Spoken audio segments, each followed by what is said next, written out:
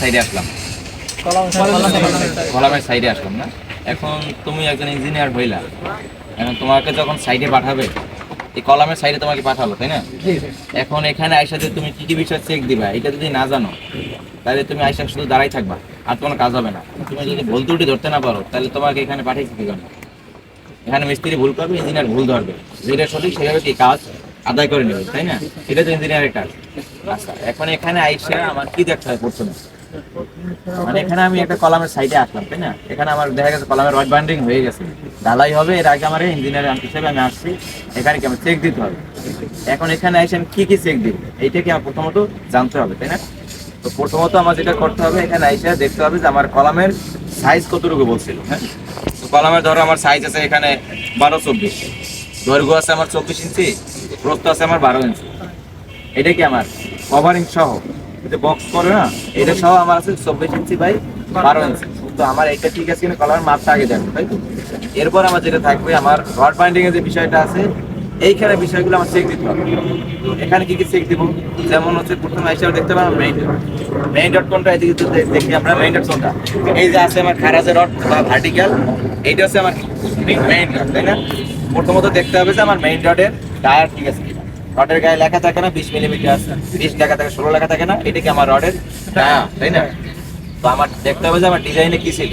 যেমন এখানে ছিল যে আমার 18টা রড ব্যবহার করতে হবে 20 মিলিমিটার। তো আমি দেখবো যে আমার 18টা রড মিস্ত্রি ব্যবহার করছে কিনা 20 মিলিমিটার, তাই না? 20 মিলিমিটার 18 রড ব্যবহার করছে। তো রডের ডায়া ঠিক আছে কিনা এটাও দেখলাম। এরপরে আমার কি করতে হবে যে স্ট্রিপ বাধাই করছে কিনা।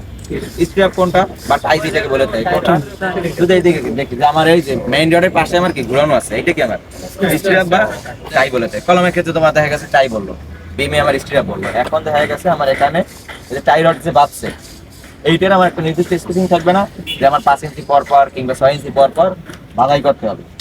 তো আমি এসে দেখবো যে আমার 6 ইঞ্চি পর পর বাধাই আছে কিনা, বা 5 ইঞ্চি পর পর আমার স্ট্রিপ বা এই টাই রড আমার কি বাধা আছে কিনা, তাই তো? এবং এই যে প্রত্যেকটা মেইন রডের সাথে এটা জিআই তার দ্বারা বাঁধবে, একটু খেয়াল করো। এখানে আমার জিআই তার দ্বারা বাধা আছে, বাধা আছে না? প্রত্যেকটা আমার জিআই তার দ্বারা বাঁধছে কিনা। এরপর আছে আমার হুক। হুক কোথায় দেয়া থাকে বলতে পারো? কর্নারে হুক দিছে না? কর্নার হুক কি একদিক থেকে দিছে নাকি দুই দিক থেকে?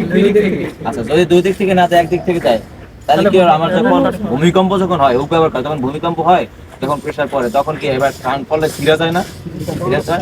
আমার কি তখন কি হুক দিতে হবে না? হুক একদিক থেকে দিলাম, আরেক দিক থেকে দিলাম না, সরে আসতে পারে না? যার জন্য আমাকে দুই দিক থেকে হুক দিতে হবে। এটা আমার 135 ডিগ্রি অ্যাঙ্গেলে দেওয়ার নিয়ম। আচ্ছা, দিলাম আমি হুক, আমি স্ট্রিপ কি করলাম, বাধাই করলাম, যে এটা দ্বারা বাঁধলাম। এরপরে আমার স্পেসিং ঠিক আছে কিনা এটা চেক দিতে হবে, প্রত্যেকটা স্পেসিং ঠিক আছে কিনা, এটা আমি চেক দিলাম। এরপর আমার কি করতে হবে, যে ক্লিয়ার কভার ঠিক আছে কিনা।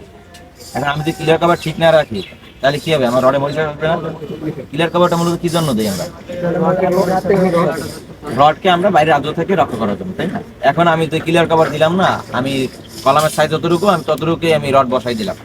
রড কি করলো, আমার ঢালাই পর বেরোই আসলো, তাহলে কি হবে, মরিচে আসবে। একটা রডে যদি মরিচে আসে, ও তো সব রডের সাথে অ্যাডজাস্ট করা আছে না, বাইন্ডিং করছে না ওইভাবে। একটা রডে যদি আমার মরিচে আসে, বাকিগুলো কি আসবে? অবশ্যই আসবে। তাহলে কি কলম থাকবে? থাকবে না। তাহলে কি করতে, আমার অবশ্যই ক্লিয়ার কভার ঠিক রাখতে হবে। তো আমার ক্লিয়ার কভার ঠিক রাখলাম, আমার আইসিস চেক দিলাম থেকে মেইন ডট ঠিক আছে কিনা, স্ট্রিপ বা টাই রড ঠিক আছে কিনা, এগুলোকে আমি চেক দিলাম, বা ক্লিয়ার কভার ঠিক আছে, সবকিছু চেক দিলাম, সবকিছু ঠিক আছে। এখন আমি ঢালাই জন্য প্রস্তুতি নিলাম, ঢালাই দিতেছি। কারণ ঢালাই যখন দিব তখন আমার কি করতে হবে, ইঞ্জিনিয়ার থাকতে হবে না? আমার কোন অনুপাতে ঢালাই দিতে বলতেছে, এই অনুপাতটা কি আমার ঠিক আছে এটা আমার চেক দিতে হবে না? ওখানে ভাইকা ওইটা আমার কনফার্ম করতে হবে, অবশ্যই কনফার্ম করতে হবে। এবং আমার ভাইব্রেটর ঠিকভাবে করতেছে কিনা, যদি ভাইব্রেট না করে তাহলে আমি উপর থেকে মশলা ঢাললাম, আমার দেখা যাচ্ছে আমার টাইয়ের সাথে বা রডের সাথে বাইজা গেল, ভিতর শেষ পর্যন্ত গিয়ে কি আমার মশলা একদম শেষ পর্যন্ত গেল না, ভিতরে কি আমার হোয়াইট থাকবে, ফাঁকা থাকতেছে না। আমার দেখা গেছে কি হলো, ভাইব্রেট দেখা গেছে আমার ভাইব্রেট বেশি ভাইব্রেট করলে কি হইতেছে, আমার যে ভারী মশলাটা আছে আমার কি অতিরিক্ত করা যাবে না, আমার যতটুকু প্রয়োজন ততটুকু কি করতে হবে, তাই তো? আচ্ছা, এরপর হচ্ছে আমার যখন কলামে ঢালাই হবে, এই যে আমার 10 ফিট কলাম আছে, আমি কি 10 ফিট একসাথে ঢালাই দেবো? 5 ফিট দিতে হবে। এখন আমি 10 ফিট একসাথে ঢালাই দিয়ে দেই, সমস্যা হতে পারে না? যেমন কি হতে পারে এখন তো বলো তো, ভারী মশলা আমার নিচে চলে যাবে, আর আমার সিমেন্ট বালুটা উপরে আসবে, তাহলে কি হলো, আমি কি স্ট্রেংথ যেটা পাওয়ার কথা আমি পাবো? পাবো না। তাইলে গুণগত মান নষ্ট হবে। গুণগত মানটা আমার কি নষ্ট হয়ে যাইতেছে, তাইলে অবশ্যই কি করতে হবে, আমার 5 বা 2 ভাগে আমার ঢালাই কাজ সম্পন্ন করতে হবে। এভাবে করে হলে কি এরপর আমার কি করতে হবে, ঢালাই কাজ সম্পন্ন হলে আমার 24 ঘন্টা পর থেকে কিউরিং শুরু করতে হবে। কিউরিং বা পানি দিয়ে ভিজানো। এখন তুমি যদি কিউরিং কিভাবে না করো, এটা ক্র্যাক চলে আসবে না, এটা শক্তভাবে আমাকে জমা করতে হবে না, এই জন্য কি আমার কিউরিং করতে হবে। তো তুমি যখন কিউরিং করবো, তোমাদের কাছে যখন আরসিসি যখন ঢালাই হবে, আমার ন্যূনতম 2 সপ্তাহ কিউরিং করতে হবে। তো তোমার সিমেন্ট দেখা গেছে আমার 28 দিন পর্যন্ত ওদের জমাট বাঁধার শক্তি রাখে। এখন তুমি যদি 2 সপ্তাহ ন্যূনতম যদি 2 সপ্তাহ না করো, তাহলে কি তোমার পরে কি ফাটল ধরবে না? ওর স্ট্রেংথ থেকেও পাইতেছে না, তাহলে ওর কি ও লোড ঠিকভাবে নিতে পারবে? অবশ্যই পারবে না।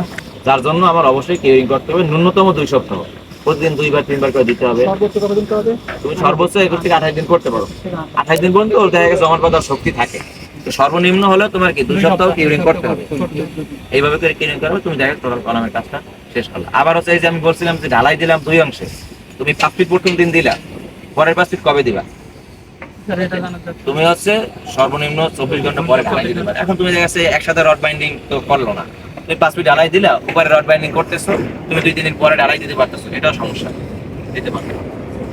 কিন্তু সর্বনিম্ন তুমি দেখা যাচ্ছে 24 ঘন্টা পর থেকে তুমি যখন কিউরিং শুরু করতে পারো, এরপর থেকে তুমি আবার পরবর্তী ঢালাই কাজটা শুরু করতে পারো।